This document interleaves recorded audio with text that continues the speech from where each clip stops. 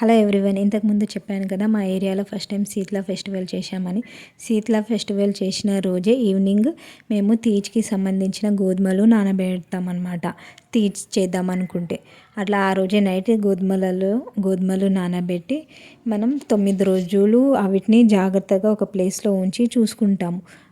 9 days ఇంకా పెళ్ళి కాని అమ్మాయిలు ఉంటారు కదా, వాళ్ళు త్రీ టైమ్స్ వాటర్ పోస్తూ ఉంటారు. మార్నింగ్, ఆఫ్టర్నూన్, ఈవినింగ్ అట్లా వాటర్ పోసి వాళ్ళకి 9 డేస్ అవి మంచిగా వచ్చేలాగా చూసుకోవాలి.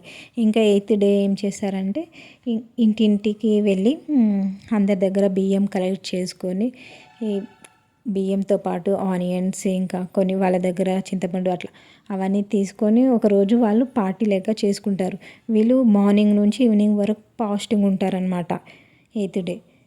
ఇలా మేము తీజ్ ఫెస్టివల్ చేస్తాం. తీజ్ ఫెస్టివల్ అసలు ఎందుకు చేసేవాళ్ళంటే పూర్వకాలంలో మా తాతలు ముత్తాతలు ఉన్న కాలంలో ఇంకా పంటలు బాగా పండాలి, పిల్లలు ఆరోగ్యంగా ఉండాలి, పశు సంపదన మంచిగా ఉండాలి, ఆవులు అవి ముందుగా గట్టిగా పొలంలోకి నడవాలి అని వాళ్ళకి ముందు నడిపించడం కోసం ఇది మా ఆచారం అన్నమాట.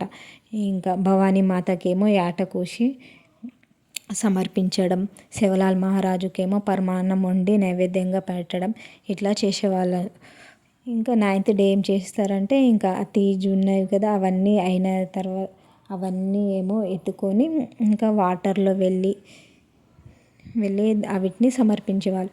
ఇలా మేమైతే తీజ్ ఫెస్టివల్ సెలబ్రేషన్ చేస్తాం. 9 డేస్ అందరం కలిసి ఆటల పాటలతో ఇంకా ఎంతో సరదాగా తీజ్ ఫెస్టివల్ అయితే సెలబ్రేషన్ చేస్తాము. ఈ వీడియో కనుక మీకు నచ్చితే మరిన్ని వీడియోస్ కోసం లైక్, షేర్, సబ్స్క్రైబ్ చేయండి. Thank you for watching. నాకు తెలిసినంత వరకు నేను చెప్పాను. మీకు ఏమైనా తెలిస్తే కామెంట్ చేయండి.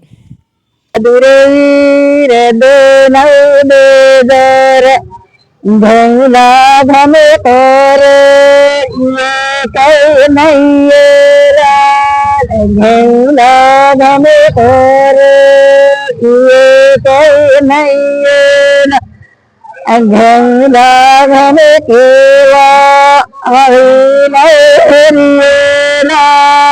हेरन हट पे ये